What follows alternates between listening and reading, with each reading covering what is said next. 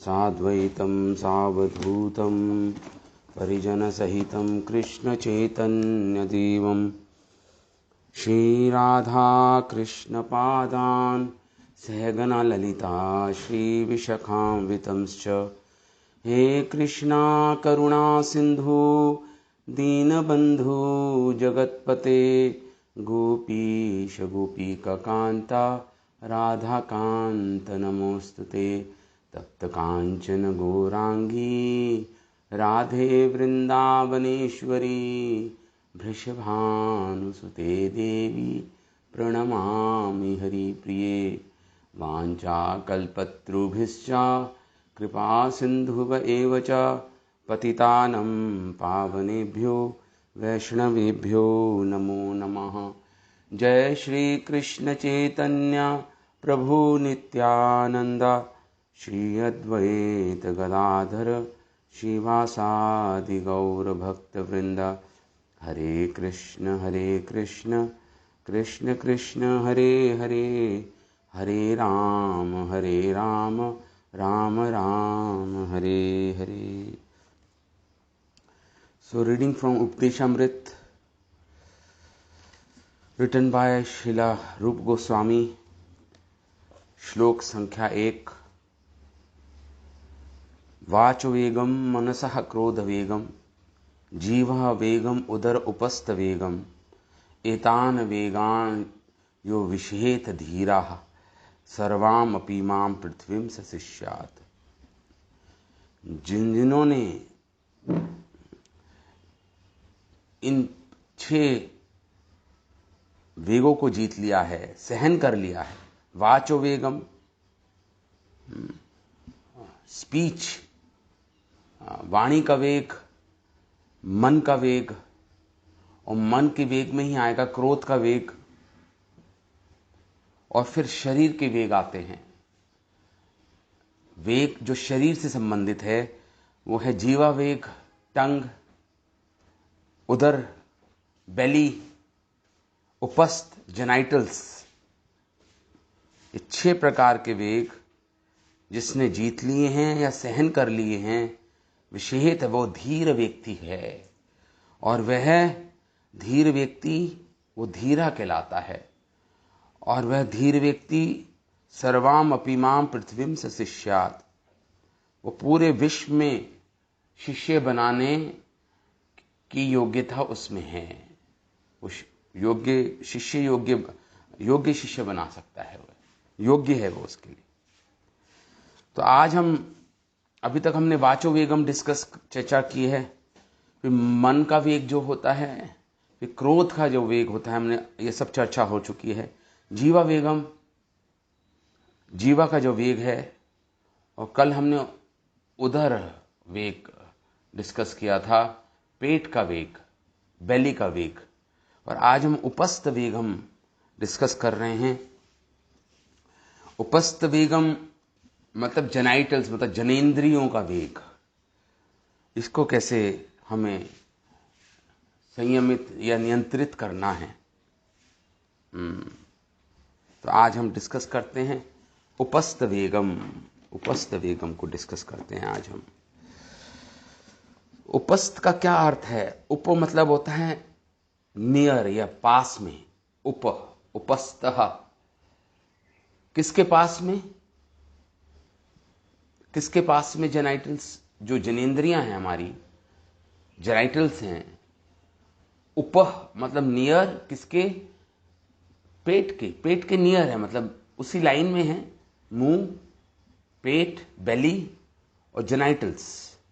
तो पेट के जो नियर में है उसे उपस्थ बोलते हैं। उपस्थ तो जो सिचुएटेड है उदर के या पेट के, उसे बोलते हैं उपस्थ। मतलब हमारे जेनाइटल्स, जनेंद्रियां।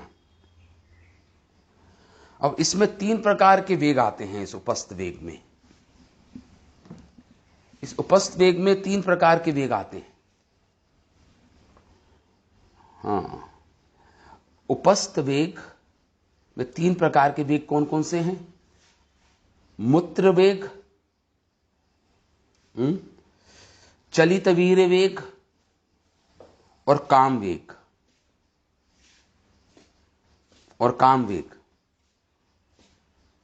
मैंने 3 वेग बताए हैं, उपस्थ वेग में आते हैं।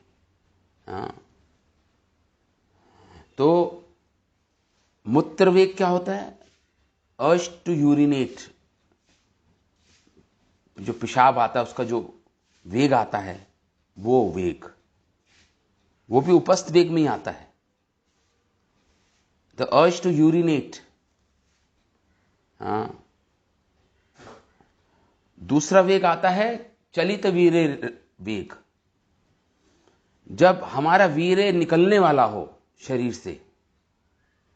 से निकलने वाला हो, वो भी एक वेग होता है, उपस्थ वेग में आता है, जब वीर्य निकलने ही वाला हो। और तीसरा वेग होता है काम वेग। ये सब ही उपस्थ वेग की कैटेगरी में आते हैं, तीनों वेग। तो 2 वेग को तो हमें कभी कंट्रोल नहीं करना चाहिए, नहीं तो उससे हमारा स्वास्थ्य खराब हो जाएगा। 3 वेग मैंने बताया उपस्थ वेग में से, 2 वेग को हमें नहीं कंट्रोल करना है,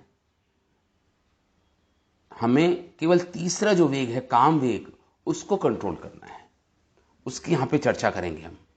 तो मूत्र वेग तो नहीं कंट्रोल करना चाहिए, और चलित वीर्य वेग मतलब अभी वीर्य का संकलन होने वाला है बाहर, उस समय नहीं कंट्रोल करना चाहिए। और तीसरा है काम वेग, अपनी कामेच्छा के वेगों को नियमित करना, उसको काम वेग बोलते हैं, कामेच्छा बोलते हैं उसको, वो काम का वेग है। इसको हमें संयमित करना है, नियंत्रित करना है। तो आज हम उसकी चर्चा ही करेंगे। काम वेग, मुख्य काम वेग के बारे में डिस्कस करेंगे आज। तो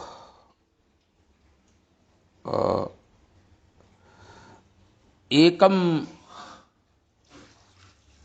वस्तु दुविधा कर्तुम बहवो संति धन्विनः, जयति एका स्मरो धन्वी, द्वयोर ऐक्यम करोति यः। ये श्लोक ग्रंथ में आता है, शास्त्रों में। एकम वस्तु दुविधा कर्तुम, ये कामेच्छा क्यों होती है? कामदेव क्या करते हैं? कामेच्छा के बाण छोड़ते हैं, कामेव उत्तेजना उत्पन्न करते हैं हमारे जनेंद्रियों में। ये कामदेव का काम है, वो देवता हैं एक, उनको ये काम देवता बोलते हैं उनको। वो तीर छोड़ते हैं काम इच्छा का, उत्तेजना करने के लिए। तो एकम वस्तु दुविधा कर्तुम बहवा संति धन्विना। जनरली हम देखते हैं कोई जो तीर से, कोई जो तीरबाज होता है, वो एक तीर से तीर चलाता है तो एक वस्तु को 2 वस्तु में बांट देता है अपने तीर से। तीर चला के एक वस्तु को 2 कर देता है। एकम वस्तु दुविधा कर्तुम, द्विधा मतलब 2 कर देता है वो एक वस्तु से। बहवा संति धन्विना। लेकिन जो एक कामदेव है, ये ऐसा तीरंबाज है, जयति एका स्मरो धन्वी, ये अपने तीर चला के 2 वस्तु को एक कर देता है। ऐसा ग्रंथों में आता है, ये काम देवता 2 वस्तु को एक वस्तु कर देता है। ये ऐसा तीर चलाता है कि 2 वस्तु एक हो जाती है। अब उपस्थ वेग जिसकी हम चर्चा कर रहे हैं, श्रील भक्तिविनोद ठाकुर क्या लिखते हैं इसके बारे में? श्रील भक्तिविनोद ठाकुर इस उपस्थ वेग के बारे में लिखते हैं, उपस्थेरा वेग अर्थात स्त्री पुरुष संयोग लालसा द्वारा मन के असद विषय आविष्ट करे, सूत्राम चित्ते भक्तिर शुद्ध अनुशीलन हयाना। श्रील भक्तिविनोद ठाकुर लिखते हैं इस उपस्थ वेग के बारे में कि उपस्थेरा वेग अर्थात, इसका क्या अर्थ है उपस्थ वेग का? स्त्री पुरुषा संयोग लालसा, स्त्री और स्त्री और पुरुष दोनों का संयोग हो जाना, उसको काम वेग बोलते हैं, उपस्थ वेग बोलते हैं। दोनों जब एक होते हैं, लालसा, जब लालसा होती है उनके अंदर कि हम एक हो जाएं, स्त्री और पुरुष, द्वारा मन की असत विषय आविष्टा, और इसके कारण मन असत वस्तुओं में आविष्ट हो जाता है, निमग्न हो जाता है। भौतिक इस भौतिक संसार में जो आविष्ट हो जाता है, मतलब निमग्न हो जाता है इस संसार में, इस उपस्थ वेग के कारण। सूत्राम चित्ते भक्ति शुद्ध अनुशीलन है ना, और जो इसमें संलग्न हो जाता है, इस काम वेग में, उपस्थ वेग में, जो इसमें नियोजित हो जाता है, वशीभूत हो जाता है इस काम वेग के या उपस्थ वेग के, चित्ते भक्ति शुद्ध अनुशीलन है ना, तो वह शुद्ध भक्ति का अनुशीलन नहीं कर पाता, क्योंकि शुद्ध भक्ति की परिभाषा ये है, अन्याभिलाषिता शून्यम, कोई और भौतिक इच्छा ना हो, वह शुद्ध भक्ति की परिभाषा में आता है। तो लेकिन अगर उसके अंदर उपस्थेर वेग अर्थात स्त्री पुरुषा संयोग लालसा, अगर उसके अंदर स्त्री या पुरुष में संयोग की लालसा है, स्त्री चाहती है पुरुष का संग, पुरुष चाहता है स्त्री का संग, तो जो वो लालसा है, जो इच्छा है, उसके कारण उनका जो हृदय इस संसार की असत वस्तुओं में, असत वस्तु है ये एक्चुअली, इस भौतिक संसार का सबसे बड़ा अगर कोई शस्त्र है जीव को इस संसार में फंसाने का, तो ये काम वेग है, उपस्थ वेग है। सबसे बड़ा शस्त्र है ये माया के पास, माया देवी के पास सबसे बड़ा वेपन है उसका, जिससे सारे जीव त्रिभीर गुणेर मयेर भावे, सारे जीव मोहित हैं या ग्रसित हैं इस उपस्थ वेग या काम वेग से। द्वारा मन के असत विषय आविष्ट, असत विषय में आविष्ट हो जाता है उसका मन। और सुतराम जो ऐसे आविष्ट होता है, चित्ते भक्ति शुद्ध अनुशीलन है ना, तो शुद्ध भक्ति का अनुशीलन या पालन, शुद्ध भक्ति की परिभाषा से बाहर हो जाता है। वो शुद्ध भक्ति करना उसके लिए बहुत कठिन कार्य हो जाता है, शुद्ध भक्ति की परिभाषा से बाहर हो गया, क्योंकि शुद्ध भक्ति की परिभाषा है अन्याभिलाषिता शून्यम, कोई भी भौतिक इच्छा ना हो। ये शिला भक्ति विनोद ठाकुर लिखते हैं। अब देखिए शिला भक्ति सिद्धांत सरस्वती ठाकुर क्या लिखते हैं, उपस्थ वेग या काम वेग के बारे में क्या लिखते हैं हमारे आचार्य।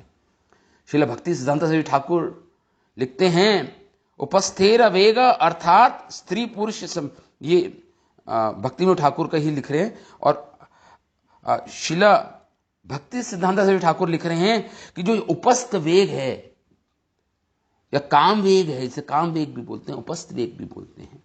मैंने पहले आपको बताया उपस्थ वेग में 3 वेग आएंगे, मूत्र वेग, वीर चलिता वेग और काम वेग। तो हम काम वेग की यहां पर मूत्र जो वेग है वो हमें नहीं कंट्रोल करना, उस वेग को नहीं हमें सहना या कंट्रोल करना। वीर चलिता वेग मतलब जो अभी वीर स्खलन होने वाला है हमारे शरीर से, उस समय भी नहीं कंट्रोल करना। और तीसरा जो वेग होता है उपस्थ वेग में, वो है काम वेग, जिसे हमें कंट्रोल कर सकते हैं, नियंत्रित कर सकते हैं। तो शीला भक्ति सिद्धांत सरस्वती ठाकुर कह रहे हैं जो ये काम वेग है या उपस्थ वेग है, 2 प्रकार के होते हैं। 2 प्रकार के काम वेग या उपस्थ वेग होते हैं। एक वेग होता है वैध, काम वेग 2 प्रकार का होता है, वैध वेग और अवैध। वैध मतलब जो शास्त्रों में अलाउड है, जो शास्त्रों में जिसकी अनुमति है शास्त्रों से, जिसमें उसे वैध बोलते हैं। वैध मतलब लीगल, मतलब वैध मतलब which is allowed in the शास्त्र, जो शास्त्र जिसकी अनुमति देते हैं हमें शास्त्र। और एक वेग होता है काम वेग का ही है, दूसरा वो है अवैध। अवैध इसके बारे में श्रील भक्ति सिद्धांत सरस्वती ठाकुर अब लिख रहे हैं कि वैध वेग वो है जो शास्त्रों में अलाउड है, और जो शास्त्रों में निषिद्ध है, जिसका निषेध है, वो है अवैध वेग। दोनों ही काम वेग हैं, दोनों ही काम वेग हैं, लेकिन एक शास्त्रों में अलाउड है, शास्त्र अनुमति देते, एक की नहीं देते।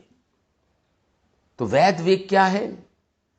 वैध वेग वो है जब कोई अपनी युवा अवस्था में, यौवन अवस्था में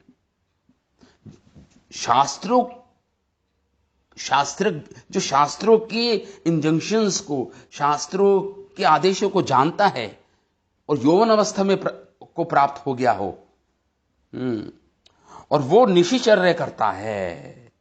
निशिचर्य मतलब अपनी धर्मपत्नी के साथ अपनी काम इच्छा को पूरी करता है, उसे निशिचर्या बोलते हैं।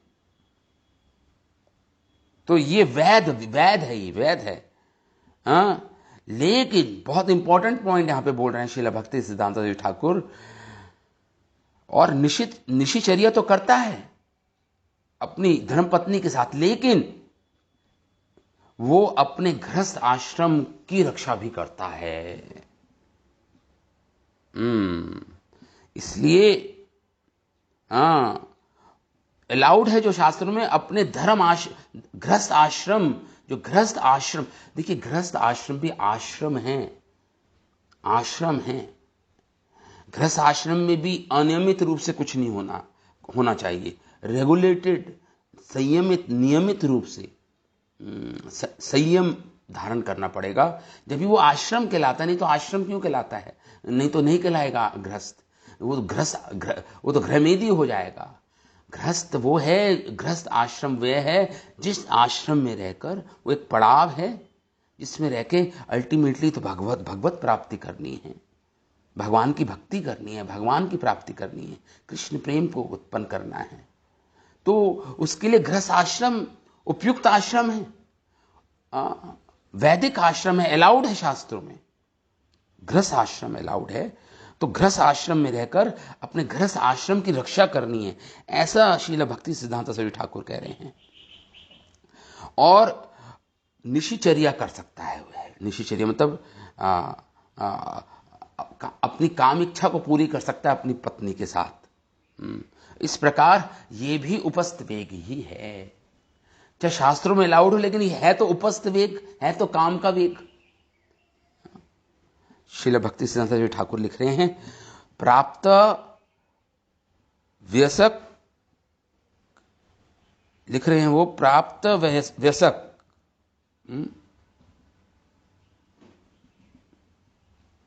हाँ यहां पे आता है, एक मिनट, पूरा क्यों नहीं आ रहा?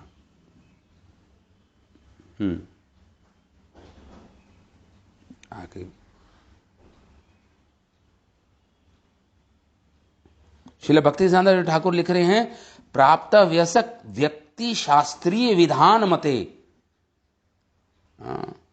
शास्त्रों का विधान का पालन करता है, निशिचर्या पालन, और निशिचर्या करता है, शास्त्रों का विधान है, अलाउड है, तो निशिचर्या करता है।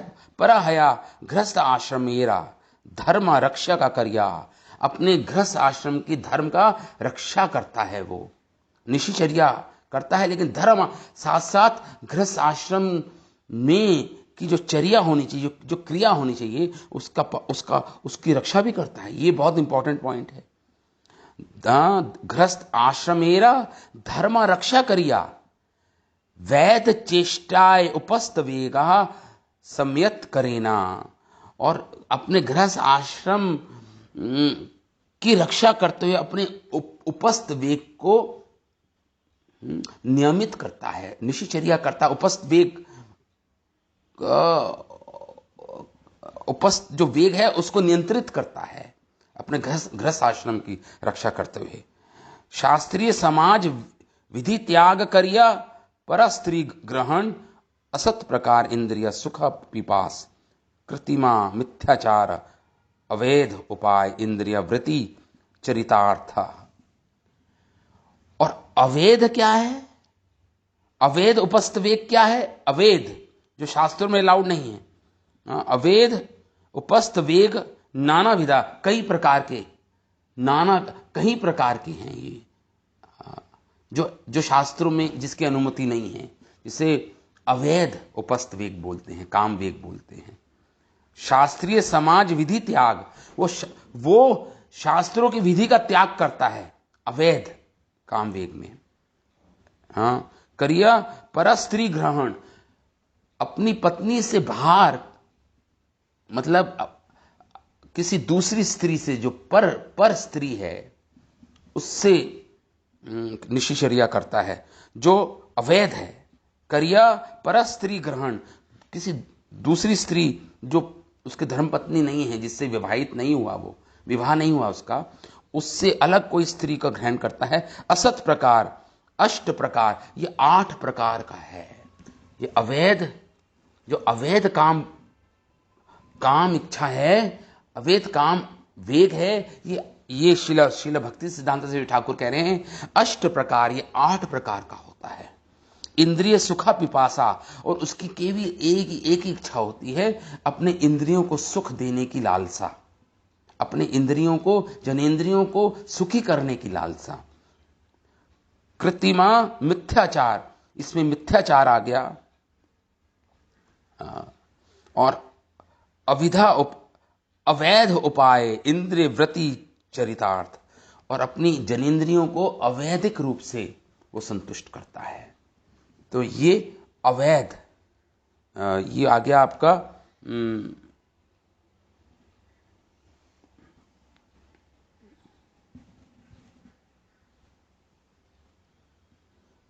अवैध पाप काम वेग, इसके बारे में, इसकी यहां पे बता रहे हैं श्रील भक्ति सिद्धांत सरस्वती ठाकुर। अब जैसे हमने डिस्कस किया कि वैध उपस्थ वेग और अवैध उपस्थ वेग, इसकी यहां पे बताया है।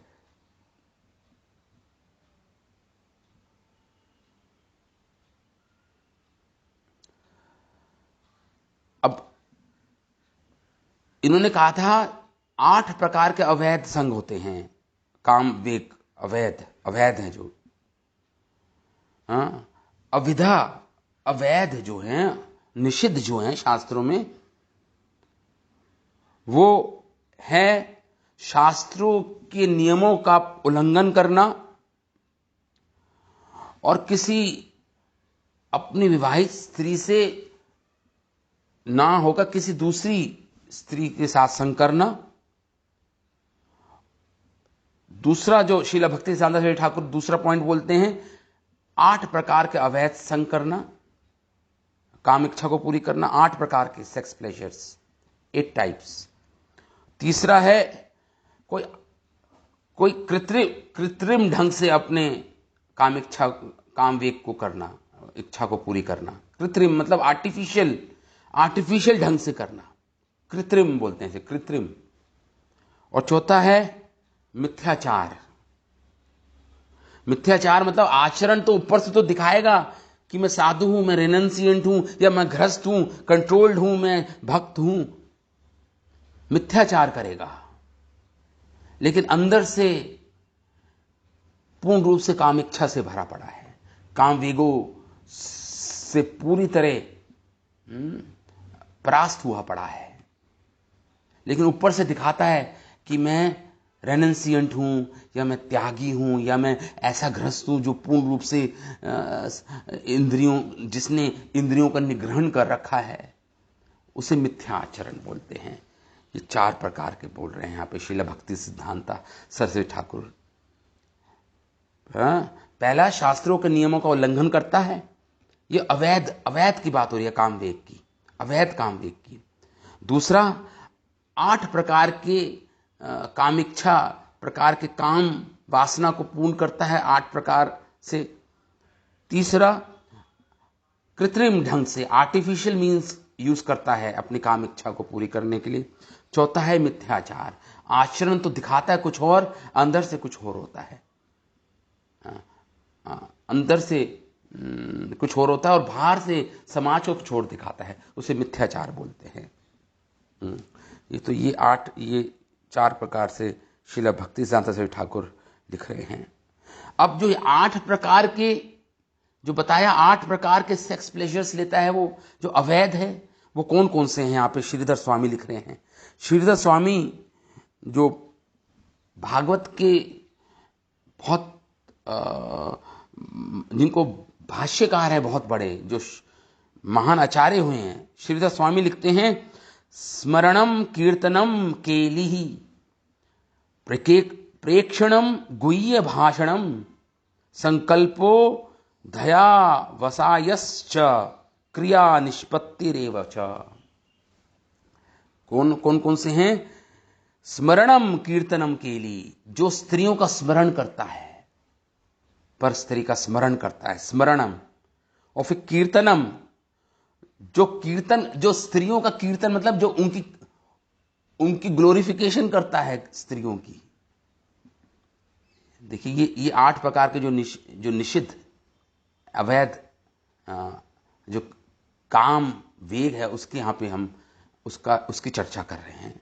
तो श्रीधर स्वामी लिख रहे हैं, स्मरणम कीर्तनम, कीर्तन करता है, केली फ्लर्ट करता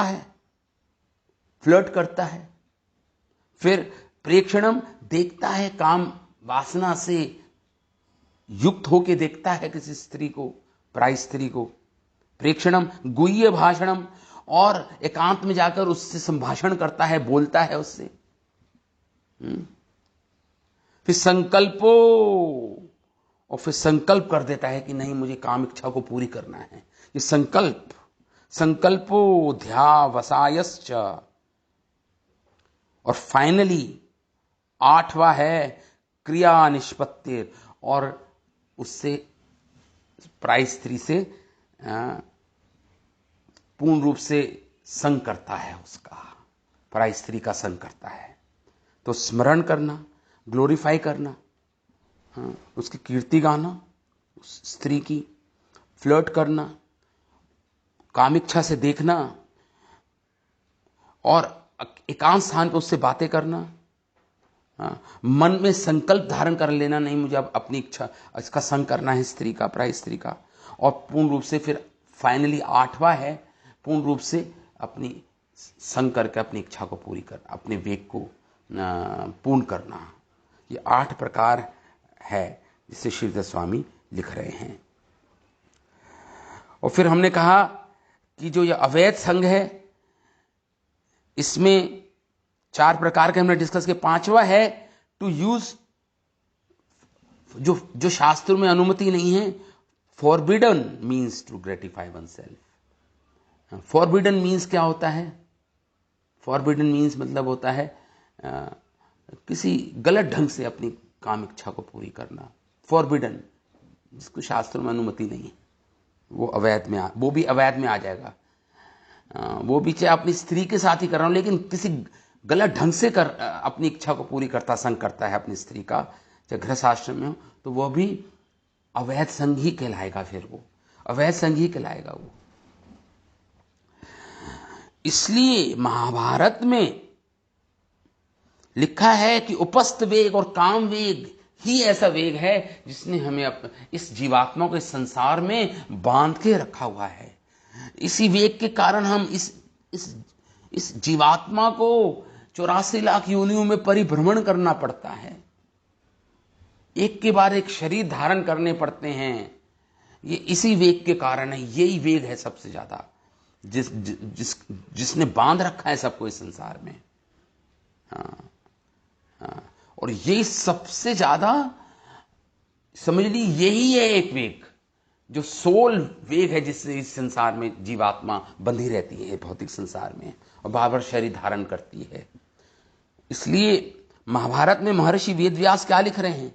कामा बंधनम एवैकम नान्यत अस्तिहा बंधनम। काम वेग ही एक ऐसा बंधन है जिससे सब बंधे पड़े हैं, और कोई बंधन इससे ज्यादा पावरफुल नहीं है, इससे ज्यादा शक्तिशाली नहीं है। यही एक काम वेग है जिसके कारण सारे जीव बंधे पड़े हैं इस भौतिक संसार में। काम बंधनम एवैकम, केवल ये जो काम बंधन है, नान्यत अस्ति है बंधनम, और कोई दूसरे बंधन ही नहीं है, ये है सबसे बड़ा बंधन। उनकी तो कई गिनती नहीं है इस बंधन के सामने, दूसरे बंधनों की। नान्यत अस्ति है बंधनम काम बंधनम मुक्तोपि, और जिस व्यक्ति ने इस काम बंधन को जीत लिया, इस काम बंधन को तोड़ दिया, जो मुक्त हो गया काम बंधन से, कामा बंधन मुक्तो ही, जो मुक्त हो गया इस काम बंधन से, ब्रह्म भूयाय कल्पते, वो ब्रह्म भूत अवस्था तक पहुंच गया, समझ लीजिए, उसको भगवत प्राप्ति होगी। 50% उसका जॉब डन हो गया भगवान की तरफ, 50% डन। श्रवण कीर्तन, अब तो भक्ति की बात ही नहीं हो रही, श्रवण कीर्तन तो बाद में शुरू होगा। अगर ये काम बंधन से वो मुक्त हो गया तो उसकी आधी जर्नी, भगवान की यात्रा, भगवान भगवत प्राप्ति की ओर पूर्ण हो गई, समझ लीजिए। इतना बड़ा बंधन है ये काम बंधन। ब्रह्म भू आय कल्पते, अरे ब्रह्मभूत अवस्था तक पहुंच गया, समझ लीजिए। वो जो इससे मुक्त हो गया वो ब्रह्म भुवाय कल्पते, मतलब वो योग्य हो गया मुक्ति के, मोक्ष मार्ग के लिए योग्य हो गया, उसने योग्यता प्राप्त कर ली केवल काम बंधन को नियंत्रित करके। पूर्ण रूप से मुक्त तो कभी नहीं हो पाएगा, नियंत्रित, रिस्ट्रिक्ट कर देगा, एटलीस्ट रिस्ट्रिक्ट भी जो कर देगा, वो मोक्ष मार्ग के योग्य हो गया है, मोक्ष मार्ग पे चल सकता है, मुक्ति के लिए वो योग्य हो गया, एलिजिबिलिटी आ गई है उसके पास, मुक्ति के लिए एलिजिबिलिटी आ गई है। इसलिए श्रीमद् भागवतम में 11वें स्कंद में ययाति महाराज क्या कहते हैं, किम विद्या किम तपसा किम त्यागेन श्रुतेन वा किम विभक्तेन मौनेन स्त्रीभीर्यस्य मनोहृतम। श्रीमद् भागवतम का श्लोक है। ययाति महाराज कहते हैं किम विद्या, उसकी विद्या किस काम की, उस व्यक्ति की जिसका हृदय, जिसका मन स्त्री की ओर भाग रहा है, स्त्री के संग की ओर जिसका हृदय जा रहा है। तो उसकी विद्या, कितना ही पढ़ा लिखा हो, क्यों PhD, double PhD, MD, DM क्यों ना किया हो उसने, किम विद्या, वो विद्या किस काम की उसकी, किम तपसा, उसकी तपस्या किस काम की, अगर वो स्त्री की और उसका मन जा रहा है तो, किम विद्या किम तपसा किम त्यागेन, उसका त्याग बेकार हो गया, जो भी उसने त्याग किया अभी तक जीवन में वो बेकार है, किस काम का, अगर उसका मन स्त्री की ओर भाग रहा है। श्रुतेन वा, कितनी उसने वैदिक लिटरेचर्स, वैदिक वांग्मय का अध्ययन क्यों ना कर लिया हो, स्वाध्याय क्यों ना कर लिया हो, वो सब बेकार। श्रुतेन वा, किसी काम का नहीं है वो। किम विभक्तेन मौनेन, उसका अध्ययन, और विभक्तेन मतलब अकेले रहना, उसका अकेले रहना, वो किस काम का, विभक्तेन, अकेले रहना मतलब जंगलों में रहना, वो किस काम का, उसका मन स्त्री में जा रहा है। और फिर कह रहे हैं मौन है ना, उसका मौन किस काम का, साइलेंस, वो मौन व्रत धारण किया हो उसने कि मैं कभी नहीं बोलूंगा, अब जो है स्लेट में लिखता है या कैसे भी मौन व्रत धारण कर लिया है उस मौनी बाबा ने। वो किस काम का, स्त्रीभीर यस्य मनोहृतम, अगर उसका मन स्त्री की ओर जाता है, अगर उसका मन स्त्रीभीर यस्य मनोहृतम, हृत कर लिया है मन, उस किसी स्त्री ने उसका मन चोरी कर लिया है, कि उसका मन चोरी हो गया है किसी स्त्री के द्वारा, तो उसकी विद्या किस काम की, उसकी तपस्या किस काम की, उसका त्याग किस काम का, उसका कई शास्त्रों का अध्ययन, स्वाध्याय किस काम का, उसका अकेले रहना किस काम का, उसका मौन धारण करना किस काम का, जिसका हृदय स्त्री के द्वारा हर लिया गया हो। ये श्रीमद् भागवतम के 11वें स्कंद में ये श्लोक आता है। और तो यहां पे जब बात हो रही है तो केवल पुरुषों की बात हो रही है? नहीं, पुरुषों की बात तो केवल पुरुषों नहीं, स्त्रियों की भी बात हो रही है यहां पे। श्रीमद् भागवतम में ये श्लोक आता है, देखिए, स्त्री के बारे में बता रहे हैं, केवल पुरुषों की बात नहीं हो रही। जब हम काम इच्छा की बात करते हैं, काम वेग की बात करते हैं, उपस्थ वेग की बात करते हैं, तो केवल पुरुषों की बात नहीं हो रही, स्त्रियों की भी बात हो रही है, उनको भी इंक्लूड किया जा रहा है इसमें। श्रीमद् भागवतम का श्लोक है, तीसरे स्कंद का श्लोक है। ताम आत्मनो विजानियात पति अपत्य घ्र आत्मनम आत्मकम देवा उपसादितम मृत्युम मृग्योर गायनम यथा। तीसरे स्कंद का श्लोक है श्रीमद् भागवत में। क्या? ताम आत्मनो विजानियात। इसलिए जो स्त्री होती है उसको ये जान लेना चाहिए, ताम आत्मनो विजानियात, पति, जो उसका पति है, हस्बैंड स्त्री का, अपत्य मतलब उसके पुत्र या पुत्रियां, अपत्य, और ग्रह उसका घर, आत्मकम, उसे समझना चाहिए, हर स्त्री को जान लेना चाहिए इस बात को, हर स्त्री को, कि उसका पति, उसके बच्चे, उसका घर, ग्रह, उसका हाउस, आवास, ग्रह आत्मकम, जो भी गृहस्थ में है उसके पास, देवोपसादितम मृत्युम, भगवान के द्वारा वो उसको मृत्यु की ओर ले जाने के लिए भगवान के द्वारा उसको प्रदान किए गए हैं। प्रदित है उसको, उसकी इच्छा है स्त्री की, पत्नी, पति, बच्चे, घर, और उससे वो क्या होता, देवताओं की वो ने ऐसी स्थिति परिस्थिति उत्पन्न की है स्त्री से, देवो उपसादितम मृत्युम, ताकि मृत्यु की ओर जा रही है वो, उसके कारण, इनकी आसक्ति के कारण, पति की से आसक्ति, बच्चों से आसक्ति, घर, अपने घर से आसक्ति, देव उपसादितम मृत्युम मृग्योर, जिस उदाहरण दिया गया है, मृग्योर गायनम यथा, जिस प्रकार एक हंटर, एक शिकारी बांसुरी बजाता है या कोई म्यूजिक बजाता है, जिसके उसके पीछे पीछे हिरण आ जाते हैं आकर्षित होके उसके गायन से, उसके वाद्य यंत्र से आकर्षित होके हिरण आ जाते हैं, उससे आकर्षित होके, और फंस जाते हैं उस शिकारी के जाल में।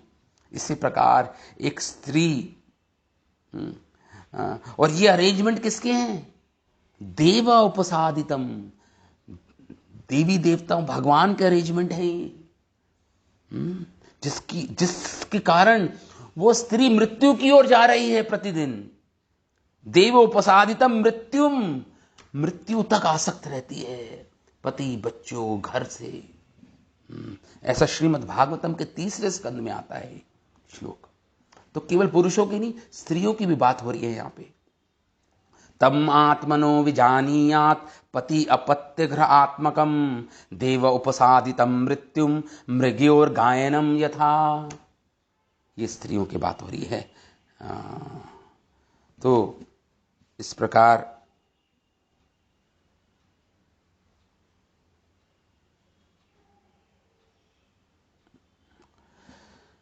अभी तक हमने, तो प्रश्न ये उठता है, जब इतनी शक्ति, इतना शक्तिशाली है ये काम वेग, ये उपस्थ वेग, तो कौन है जो इसको कंट्रोल कर सकता है? कौन है जो इसको ओवरकम कर सकता है? कौन? किसी के लिए संभव है? प्रश्न ये उठता है। देखिए, इसको ओवरकम करना तो संभव नहीं है, 99.9% लोगों के लिए संभव नहीं है। इसको रिस्ट्रिक्ट कर सकते हैं, इसको संयमित, नियंत्रित कर सकते हैं कुछ हद तक। लेकिन एक श्रीमद् भागवतम में आता है कि किसने कंट्रोल किया इसको, पूर्ण रूप से जीत लिया इस काम इच्छा को। देखिए, काम इच्छा को ऐसा नहीं है कि एक दिन आप उठेंगे और आप पाएंगे कि साधना करते करते कि आपने अपनी काम इच्छा, काम वेग को, उपस्थ वेगों को जीत लिया हो। ऐसा कभी नहीं होने वाला। शनि शनि नियंत्रित करना होगा इसको। लेकिन किन्होंने पूर्ण रूप से नियंत्रित कर लिया है? श्रीमद् भागवत में आता है, तीसरे स्कंद में ही आता, तत् सृष्टा सृष्ट सृष्टेषु, सृष्टा मतलब ब्रह्मा जी, और ब्रह्मा जी के पुत्र मानस पुत्र सृष्ट, या ब्रह्मा जी की सृष्टि, और फिर जो मानस पुत्र है, फिर उन्होंने और सृष्टि बढ़ाई आगे, तो तत् सृष्ट सृष्ट सृष्टेषु। और बाकी जो ऋषि मुनियों ने, हम कहते हैं ना हम ऋषि मुनियों की संतानें हैं, क्यों? क्योंकि वो जो मानस पुत्र हुए, ब्रह्मा जी से मानस पुत्र को उनके मन से उत्पन्न हुए, और फिर उन मानस पुत्रों ने फिर और सृष्टि आगे बढ़ाने के लिए संकल्प किया, जिसमें स्त्रियां पुरुष सब आ गए, जानवर, सारी पशु सब उनके द्वारा बनाई गई है। हाँ? तो सृष्ट सृष्ट सृष्टेषु कौन अखंडिता धिय पुमान, कौन है जिसने कामवेग को कंट्रोल कर लिया? कोई नहीं है। सृष्ट सृष्ट सृष्टेषु कौन अखंडिता धिय पुमान, कौन ऐसा बुद्धिमान व्यक्ति जो धिय पुमान है, जो बुद्धिवान है, अखंडित? क्या उसने अपने कामवेग को जीत लिया हो? नहीं। को न अखंडिता धीपुमान, किसी ने नहीं किया, कोई सामर्थ्य नहीं है किसी में। लेकिन एक ही है, ऋषि नारायण अमृते, नर नारायण ऋषि, जो बद्रिकाश्रम, मतलब उन्होंने योशिम मया माया, उन्होंने स्त्री रूपी माया को जीत लिया पूर्ण रूप से। श्रीमद् भागवतम में आता है किस प्रकार जब नर नारायण ऋषि तपस्या कर रहे थे बद्रिकाश्रम में, तो इंद्र विचलित हो गया। अरे इतनी बड़ी तपस्या कर लेंगे, सफलता मिल गई तो मेरी तो कुर्सी चली जाएगी। इंद्र विचलित हो गया, उसने कई अप्सराओं को भेजा, मेनिका को, बड़ी बड़ी अप्सराओं को भेजा नर नारायण ऋषि की तपस्या को भंग करने के लिए। लेकिन नर नारायण ऋषि ने देखा और उन्होंने, वो प्रभावित नहीं हुए उन स्त्री को देखकर,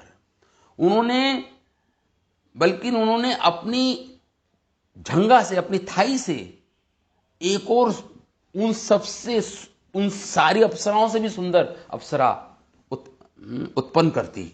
उसका नाम था उर्वशी। जो नर नारायण ऋषि की जो थाईज हैं, झांगे, उनसे उत्पन्न कर दी एक अप्सरा को, उसका नाम था उर्वशी, और इंद्र को भेंट करती।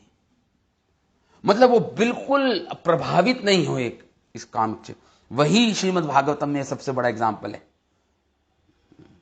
भगवान शिव भी हैं। भगवान शिव को कामदेव ने उत्तेजित करने का प्रयास किया। भगवान शिव समाधि में, तपस्या में थे, और भगवान शिव ने जब अनेक प्रयत्न किए, कामदेव ने भगवान शिव की तपस्या को भंग करने के लिए, लेकिन भगवान शिव प्रभावित नहीं हुए। लेकिन वो क्रोधित हो गए, और क्रोध में उन्होंने कामदेव को ही भस्म कर दिया, अशरीरी कर दिया, शरीर भस्म कर दिया उसका, कामदेव का। इसलिए कहते कामदेव अशरीरी होता है। लेकिन ये नर नारायण ऋषि तो प्रभावित भी नहीं हुए ना, उनको क्रोध आया, ये बिल्कुल उदासीन रहे, पूर्ण रूप से उपेक्षा कर दी उन अप्सराओं की, इन नर नारायण ऋषियों ने। तो वही एग्जाम्पल है जिन्होंने इस काम इच्छा को पूर्ण किया, काम इच्छा को पूर्ण रूप से जीत लिया, नर नारायण ऋषि। अब जो कामवेग को, जो कामवेग है, अब दो प्रकार के साधक होते हैं जिनको एक कामवेग को कंट्रोल करना है, पूर्ण रूप से जीतना है इस कामवेग को, उपस्थ वेगों को। एक तो होते हैं गृहस्थ, और दूसरे होते हैं ब्रह्मचारी या सन्यासी। दो कैटेगरी में आ गए। तो आज तो हम पूर्ण रूप से, ज्यादातर हमने गृहस्थों की चर्चा की है, तो शायद क्योंकि टाइम हो गया है, आज हम केवल गृहस्थों की ही बात आज कर पाए। हम गृहस्थ, एक तो गृहस्थ होते हैं, उनको भी अपनी काम इच्छा को नियंत्रित तो करना है, रेगुलेट करना है। ऐसा नहीं उनको फ्री लाइसेंस मिल गया हो। शास्त्र उन पे भी उनकी भी नकेल को उनको भी रेगुलेट करते हैं, उनको भी नियंत्रित करते हैं, चाहे वो गृहस्थ आश्रम में क्यों ना हो। गृहस्थ आश्रम में क्यों ना हो। और दूसरे तो होते हैं ब्रह्मचारी या सन्यासी या वानप्रस्थी, तीनों। तो 4 आश्रम हैं। गृहस्थियों को केवल अलाउड है, वो भी रेगुलेटेड, नियमित, शास्त्र विधान के अनुसार, और जिससे उनकी गृहस्थ आश्रम की रक्षा हो। ये बहुत इंपॉर्टेंट है। शिला भक्ति सिद्धांत सरस्वती ठाकुर कहते हैं उनको भी अपने गृहस्थ आश्रम की रक्षा करनी है, उसको आश्रम की तरह जीना है। अपने गृहस्थ जीवन को भी एक आश्रम में जैसे कोई रहता है, एक आश्रम है वो भी। वो ऐसा निवास स्थान है जहां पे उनको भी भगवत प्राप्ति करनी है। लेकिन ठीक है, वो गृहस्थ आश्रम में प्रवेश कर गए हैं, एक पड़ाव है गृहस्थ आश्रम बीच का वहां पे। लेकिन वहां से उस गृहस्थ आश्रम में रहकर, क्योंकि काफी सेफ आश्रम है गृहस्थ आश्रम, ब्रह्मचारी और सन्यासी और वानप्रस्थियों को तो गिरने का बहुत बड़ा डर रहता है। लेकिन गृहस्थ आश्रम में एक सेफ आश्रम, ये आगे बताएंगे श्लोकों में आएगा कि गृहस्थ आश्रम बहुत उपयुक्त है आध्यात्मिक जीवन की उन्नति के लिए। एक स्त्री बचाती है पुरुष को, पतन से बचाती है एक स्त्री, पतन से बचाती है एक स्त्री। गृहस्थ आश्रम की बात हो रही है यहां पे। तो यहां पे बोल रहे हैं, तो ये तो अवैध, हमने अवैध जो शास्त्रों में जिसका वैध, जो शास्त्र जिसकी अनुमति देते हैं, गृहस्थ आश्रम में जब यौवन अवस्था आ गई हो और उसने शास्त्रों के नियमों को जानता हो, शास्त्रों के आदेशों को समझता हो, वो व्यक्ति वो यौवन अवस्था को प्राप्त हुआ हो, फिर वो निशिचर्या कर सकता है। अपनी धर्मपत्नी विवाहित स्त्री के साथ निशिचर्या कर सकता है वो, और उसको अनुमति है। लेकिन उचित स्थान पे, उचित समय, उचित अवस्था पे वह निशिचर्या कर सकता है गृहस्थ आश्रम में अपनी धर्मपत्नी के साथ। वो शास्त्र, वो वैध काम वेग है तो वो भी काम वेग है, तो वो भी उपस्थ वेग, लेकिन वो शास्त्र उसकी अनुमति दे देते हैं, शास्त्र उसकी अनुमति दे देते हैं। क्योंकि सबका अपना अपना, सब लोग तो उस अवस्था के नहीं होते, तो उनके लिए भी तो कुछ प्रावधान शास्त्रों में दे रखा है। ठीक है, अगर आप ब्रह्मचारी सन्यासी नहीं बन सकते तो आप गृहस्थ आश्रम में एक पड़ाव डाल दो बीच में, और ये समझते हो कि मुझे इसमें भी आश्रम में रह के भगवत प्राप्ति तो करनी है। जीवन का लक्ष्य तो भगवान नारायण का स्मृति है। उनके लिए भी लक्ष्य उनका क्लियर होना चाहिए, लक्ष्यों को नहीं भूलें। ठीक है, गृहस्थ आश्रम में प्रवेश कर गए हैं, वो शास्त्र उसकी अनुमति देता है, वो वैध है। अब गृहस्थों के लिए जो वैध काम इच्छा है, उसमें भी कई स्टैंडर्ड्स हैं। श्रील प्रभुपाद अपने अनेक श्रीमद् भागवतम के पर्पट्स में लिख रहे हैं, कई जगह गृहस्थ आश्रम में भी स्टैंडर्ड्स हैं। सबसे ऊंचा स्टैंडर्ड क्या है गृहस्थ आश्रम में? वैध। यहां पे वैध काम वेग की बात हो रही है, जो वैध है, जिसकी अनुमति शास्त्र देते हैं। उसमें भी स्टैंडर्ड है, उसमें भी सब कैटेगरीज हैं। सबसे हाईएस्ट वो है जिसे विमल काम, विमल मतलब पूर्ण रूप से कि वो केवल निशिचर्या करे, अपनी धर्मपत्नी विवाहिता स्त्री का संग करे, केवल बच्चों को उत्पन्न करने के लिए, प्रोजनी के लिए, केवल बच्चों को बेगेट करने के लिए, बच्चों को जन्म देने के लिए वो अपनी स्त्री का संग करे, बस उतना ही करे। ये तो देखो हाईएस्ट स्टैंडर्ड हो गया। प्रभुपाद कई पर्पट से ये लिखते हैं कि काम is for progeny, not for pleasure. Progeny को बढ़ाने के लिए है, बच्चों को पैदा करने के लिए है, प्लेजर के लिए नहीं है। ये तो हाईएस्ट स्टैंडर्ड प्रभुपाद पॉपर्ट्स में लिख रहे हैं, अपने तात्पर्य में लिख रहे हैं। लेकिन सब देखिए तो फिर सब इतने इतने सामर्थ्यवान तो नहीं है सब। तो एक सेकंड स्टैंडर्ड भी प्रभुपाद ने दिया है अपने पॉपर्ट्स में, अपने अपने तात्पर्य में, कि महीने में एक बार अपनी स्त्री का संग कर सकता है।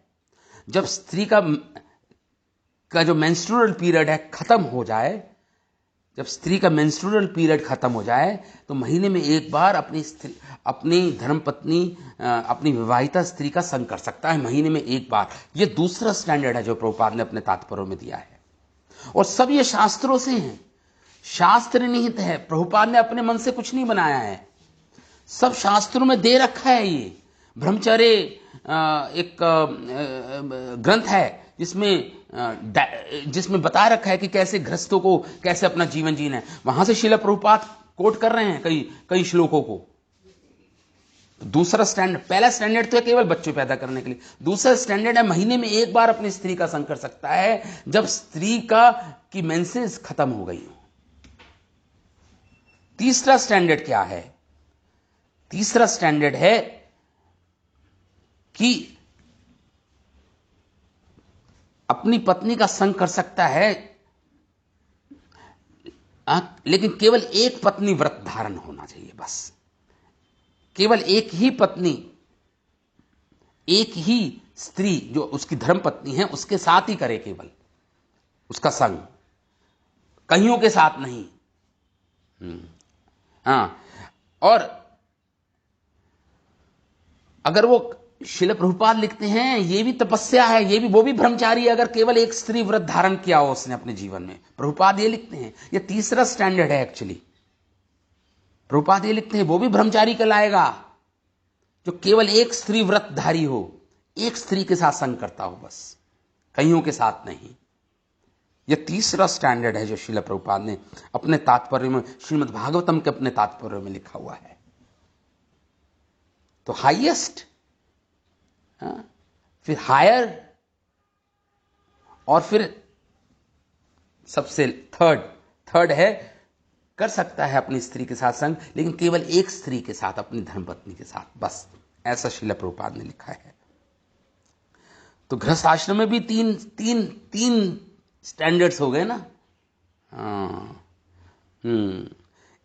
देखिए शास्त्र क्या बोल रहे हैं, देखिए तच्चा ब्रह्मचर्यम चतुर्विधम भवति। 4 प्रकार के स्टैंडर्ड्स, ब्रह्मचर्य भी 4 प्रकार का स्टैंडर्ड्स होते हैं ब्रह्मचर्य पालन करने में भी। गृहस्थों के लिए बात हो रही है यहाँ पे गृहस्थों के लिए बात हो रही है। यहाँ पे ब्रह्मचारी, सन्यासी और वानप्रस्थियों के लिए बात नहीं हो रही है। अभी चर्चा केवल गृहस्थों की हो रही है यहाँ पे, ये याद रखिए आप। तच्च ब्रह्मचर्यम चतुर्विधम भवति, 4 प्रकार के। तत्र परदार वर्जनम नित्यम स्वदाराभिगमनम कृष्णम पर्व नियम वर्जम रक्तम ऋतु कलाभिगमनम शुक्लम ऊर्ध्व रेतस्वम विमलम। 4 प्रकार के लोग हैं, गृहस्थ हैं 4 प्रकार के। पहले सबसे नीचे से शुरू करते हैं। विमलम तो वो स्टैंडर्ड है, ब्रह्मचार्य का वो स्टैंडर्ड है। गृहस्थ आश्रम की बात हो रही है, ये याद रखिएगा बस आप। विमलम वो है जो केवल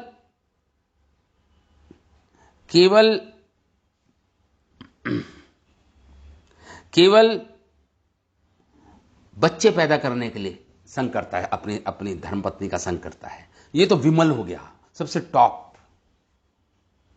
दूसरा है कृष्ण, ब्लैक, इसको रंग दे दिया है इन स्टैंडर्ड्स को। तो 4 हैं, 4 कैटेगरीज हैं गृहस्थों में। ब्लैक वो है कृष्ण मतलब ब्लैक, वो है नहीं, चलो विमल से फिर मैं नीचे से शुरू करता हूं, ठीक है। अब व्हाइट पे आ जाइए। तो विमल तो वो है जो केवल बच्चे पैदा करने के लिए स्त्री संग करता है अपने गृहस्थाश्रम में, वो तो विमल हो गया, विमल ब्रह्मचार्य हो गया। दूसरा है वो जो केवल अपनी पत्नी के साथ संग करता है जब पत्नी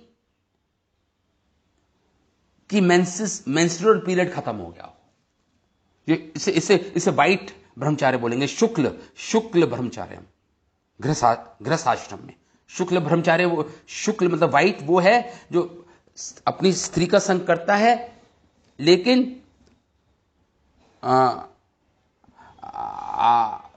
जब उसका मेंसेस खत्म हो जाए, मेंस्ट्रुअल पीरियड खत्म हो जाए। अब तीसरा क्या है? तीसरे को बोलते हैं रक्त, मतलब रेड कलर, रक्त, रक्त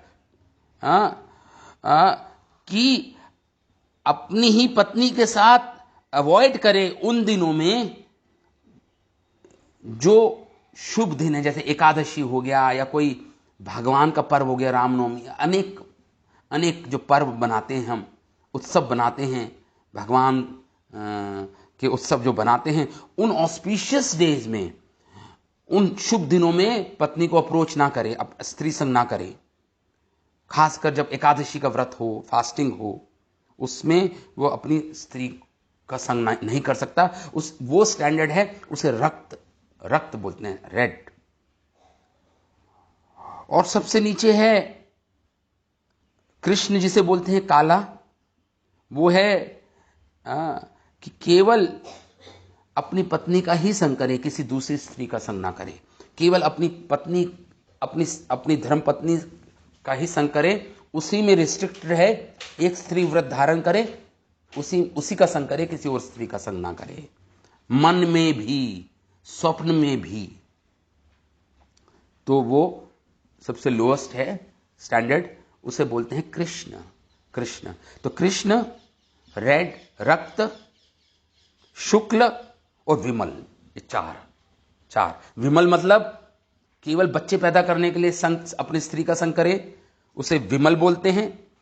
रक्त उसे बोलते हैं कि किसी भी शुभ दिन, भगवान का त्योहार जब आता है, को हमको त्योहार मनाते हैं, दिवाली हो गया, जैसे कार्तिक व्रत हो गया, चतुर्मास व्रत हो गया, एकादशी व्रत हो गया, या कोई उत्सव, जो नरसिंह चतुर्दशी हो गया, और भी अनेक प्रकार के जो उत्सव, उसमें अपनी स्त्री को का संग ना करे। ये रक्त स्टैंडर्ड है उसका। और सबसे लोएस्ट स्टैंडर्ड है कृष्ण स्टैंडर्ड। कृष्ण, जिसमें वो केवल अपनी ही स्त्री के साथ संग करे, किसी और स्त्री के साथ उसका संग ना करे। ये 4 प्रकार के यहाँ पे बता रहे हैं। यहाँ पे ये गृहस्थ आश्रम की यहाँ पे चर्चा हो रही है, ये याद रखिएगा। ब्रह्मचार्य और उसके लिए कल हम डिस्कस करेंगे। तो मेरे ख्याल से टाइम तो हो गया है। तो ये स्टैंडर्ड्स हैं। ये है कृष्णेनम जये लोकम, मध्यम रक्तेन वा जयेत, शुक्लेन तु जयेत स्वर्गम, विमलम मोक्षाम आपनुयात। अब जो स्टैंडर्ड जो अपनाता है गृहस्थ, जिस स्टैंडर्ड का भी वो ब्रह्मचार्य अपनाता है गृहस्थ, उसकी गति भी उसी प्रकार होगी। ये यहां पे एक महान आचार्य हैं, वो लिख रहे हैं, उसकी गति भी अलग अलग प्रकार की होगी। देखिए फिर कृष्णेनम, जो कृष्ण का स्टैंडर्ड अपनाता है, ब्लैक कलर का जो 4th स्टैंडर्ड है, वो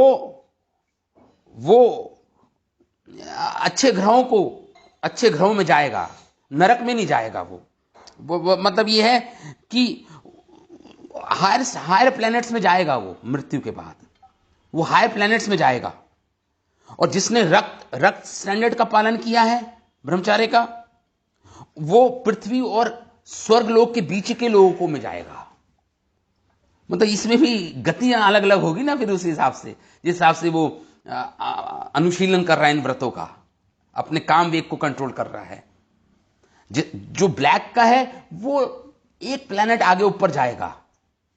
जो रेड कलर का है ब्रह्मचार्य, जो रक्त है, रक्त स्टैंडर्ड है जिसका, वो पृथ्वी और स्वर्ग के जो बीच के जो ग्रह हैं उनमें प्रवेश करेगा।